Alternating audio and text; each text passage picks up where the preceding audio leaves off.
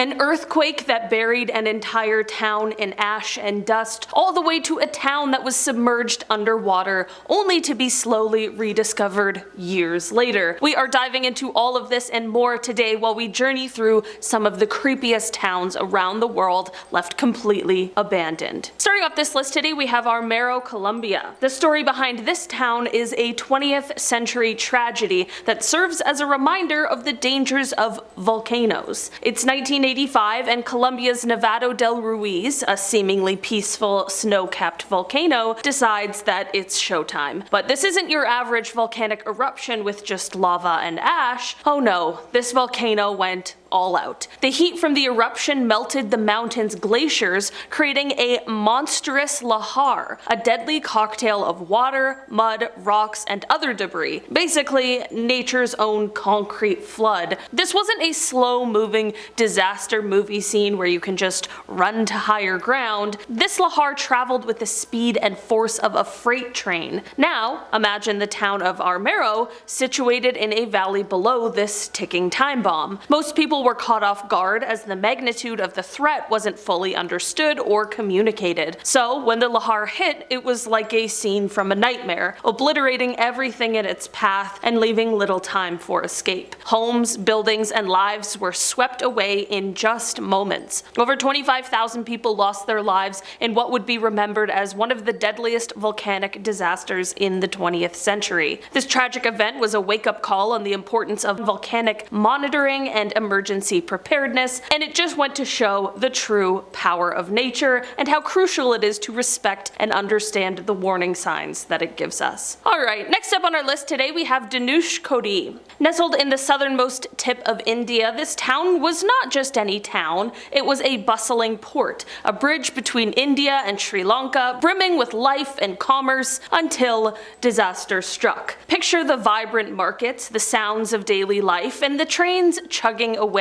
It was a hub of activity and connection. Then came that fateful day in 1964 when nature unleashed its fury. A ferocious cyclone with winds that roared like the engines of 1,000 trains struck with merciless force. The waves, as tall as mountains, crashed onto the shores, obliterating nearly everything in its path. More than 1,700 lives were lost, families were torn apart, and the town was left in ruins, submerged under the relentless waves. Today, what remains of the town is a spectral landscape. The ruins of the railway station and the church stand eerily, monuments to the town's tragic past. Visitors to this ghost town can't help but feel a chill as they wander through the remnants. Next up on our list today we have Yungay in Peru. Once a buzzing ski resort town cradled in the arms of the breathtaking Peruvian Andes, this town had no idea what was in store for it. It was the kind of place that postcards are made of, with tourists flocking to enjoy its winter sports and local charm. But in 1970, Mother Nature had a catastrophic twist in store. A mammoth earthquake struck, its epicenter alarmingly close to the town. The quake was so powerful that it dislodged a massive section of ice and rock from Mount Huascarán, Peru's highest peak, which loomed ominously nearby. Now imagine a colossal wave of ice, rock, and debris hurtling down the mountain at speeds that defy belief, completely ruining everything in its path. This wasn't a scene from a disaster movie, it was a grim reality for Yungay. In just a few harrowing minutes, the town was buried under a thick blanket of destruction, claiming the lives of over 20,000 people in one of the deadliest avalanches in history. Today, the original site of Yungay stands as a ghostly memorial to that fateful day, largely untouched except for by time and the elements. Visitors to the area can still see the remnants poking through the earth. A new Yungay has risen a few kilometers away, striving to move forward while honoring the memory of the past. Next up on our list today we have Döllersheim in Austria. Nestled in the picturesque landscapes of Austria, Döllersheim is a village steeped in history, with its origins tracing back to the year 1143. Imagine walking through a place where every stone and corner has a story dating back almost 9 centuries. But Döllersheim's serene beauty hides a tumultuous past. During the grip of the bad guys regime during World War II, the village's tranquility was shattered as residents were compelled to leave their homes, their familiar life turned upside down to make way for a military training ground. After World War II, the village didn't resume its former bustle and charm. It remained uninhabited, a ghost of its past self. Yet the echoes of history linger. Today, visitors to Döllersheim can explore the remnants of what once was. A church that stood witness to centuries of change, a town square that once buzzed with daily life, and a graveyard where the village's ancestors rest, perhaps still holding on to their stories. Next up on our list today we have Kadykchan in Russia. Found in the heart of Russia's vast and frost-bitten far eastern region, Kadykchan tells a story deeply etched in the annals of wartime and post-Soviet history. Initially established during the throes of World War II, the town was birthed through the toil and sweat of prisoners who were put to work in its coal mines. These mines not only fueled the war effort, but also sustained a burgeoning community against the backdrop of harsh and unforgiving landscapes. For decades, Kadykchan thrived on coal extraction, its residents carving out a life amid the extremes. However, the dissolution of the Soviet Union marked the beginning of the end for this isolated settlement. Economic turmoil ensued, leading to the closure of one of its lifeblood coal mines in the early 1990s. The town's fate was sealed in 1996 when a tragic explosion wreaked havoc, causing irreparable damage and leading to a mass exodus. By 2010, Kadykchan had become a ghost town, its abandoned buildings and desolate streets standing as eerie testaments to its very turbulent past. Once home to over 10,000 souls, its population plummeted to zero, leaving behind only memories and the chilling silence of abandonment. Today, Kadykchan exists in a peculiar limbo, captivating the curious and the adventurous who venture to explore its ruins, a contrast to the vibrant life it once nurtured. Next up on our list today, we are heading over to Villa Epecuén in Argentina. Imagine strolling through a place that feels like a scene straight out of a post-apocalyptic movie.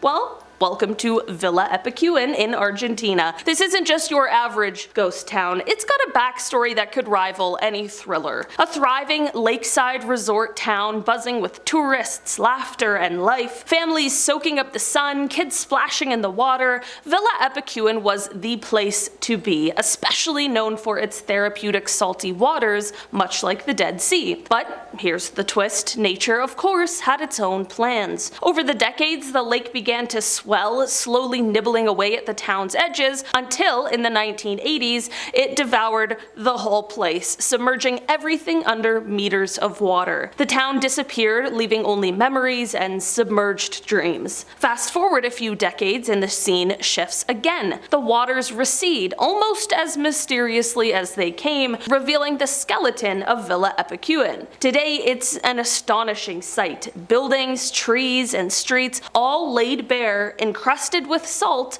and frozen in time. It's a little bit spooky, incredibly intriguing, and undeniably a one-of-a-kind destination that tells the tale of the relentless passage of time. Next up today we have Plymouth in Montserrat, a place that once thrummed with life, its streets bustling with the daily hustle and bustle you'd expect from a capital city, and now it stands in stark contrast. A ghost town that is eerily silent, its buildings and streets swallowed by nature's fury. Back in the summer of 1995, the earth rumbled, and Montserrat's Soufriere Hills volcano awoke from its slumber, dramatically altering the town's fate. Ash clouds billowed into the sky and molten lava crept through the streets, prompting a mass exodus. By December, the once vibrant town was left deserted, its 4,000 residents seeking safety elsewhere. Though a few brave souls ventured back, hoping to reclaim their lives, the volcano had other plans. In 1997, another fierce eruption forced even these resilient returnees to abandon their homes for good. Today, Plymouth is an uncanny testament to the power of nature,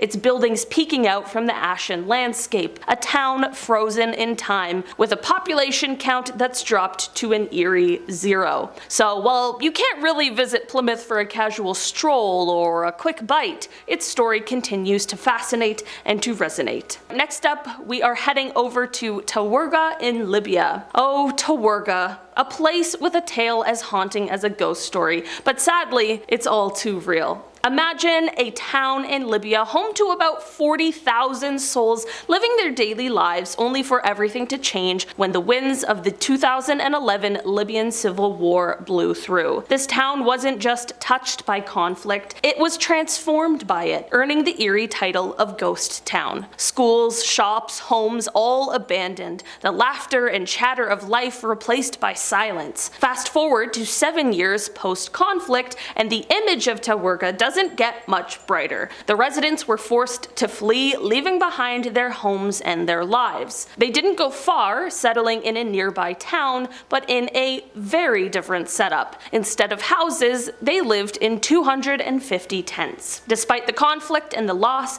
the spirit of the Tawergha community persisted, their resilience shining through despite the drastic change in their living conditions. Moving on down, we are heading over to Humberstone in Chile. Imagine stepping into Humberstone, a ghost town nestled in the parched Atacama Desert, which feels like wandering onto the set of an old Western film. Once this place was buzzing with around 3,500 folks, all mingling, working, and living their lives around the booming potassium nitrate, or saltpeter, industry. Saltpeter was the gold of its time, as it was a critical ingredient in gunpowder and fertilizers, fueling agriculture and warfare worldwide. From the late 1880s to 1930, this little town was like the Silicon Valley of saltpeter, shipping off heaps of this white gold to places near and far, and playing a crucial role in global economics and even in conflicts. Then, technology advanced. Synthetic alternatives to saltpeter emerged, and just like that, the demand plummeted. The town's heartbeat slowed until it stopped altogether mid-20th century, leaving behind a time capsule in the desert. Now declared a UNESCO World Heritage Site, Humberstone is now an eerie yet fascinating window into the past, showing how communities can rise and fall with the tides of industry and innovation. And finally, rounding out our list today, we have Texola, Oklahoma. Oh, Texola. It's like a postcard from another time sitting quaintly along the iconic Route 66. Now, imagine a place where the echoes of the past are so palpable that you can almost hear the hustle and bustle of its heyday. That's Texola for you. Back in the day, 1930 to be exact, 581 souls called this town home. Fast forward to today and you'll find a drastically smaller, but nonetheless fascinating population of just 35. But why such a drastic drop? Well, Texola's story is intertwined with some major historical events. Cotton was king here until it wasn't, thanks to agricultural decline. Then came the 1-2 punch of the Dust Bowl and the Great Depression, which turned thriving communities into ghost towns across the plains. Despite these hardships, Texola has clung to life, its resilience embodied by landmarks such as the Magnolia service station and an adorably minuscule stone-walled jail. Alright guys, that has been our list for today. Thanks so much for checking it out. I've been your host today, Olivia Kozolowski, and I will see you again soon. Bye! What's up, everyone? What's up, Jen? What's up, Chris? Hi, Jen. Hi, Chris. Hi, Jen. Hi, Chris. Alright. This list is not funny. Okay, people died in this list. Gotta be serious. Well, kind of serious. Okay, alright. Let's do it. Next up, oh my god, I almost died. I just inhaled and I don't know. Breathing is hard. Holy shit. Okay. But Döllersheim.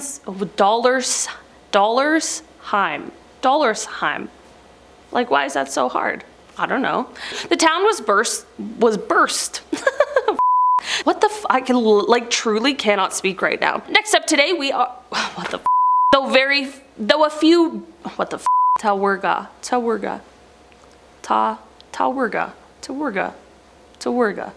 How many times can I just say that to myself?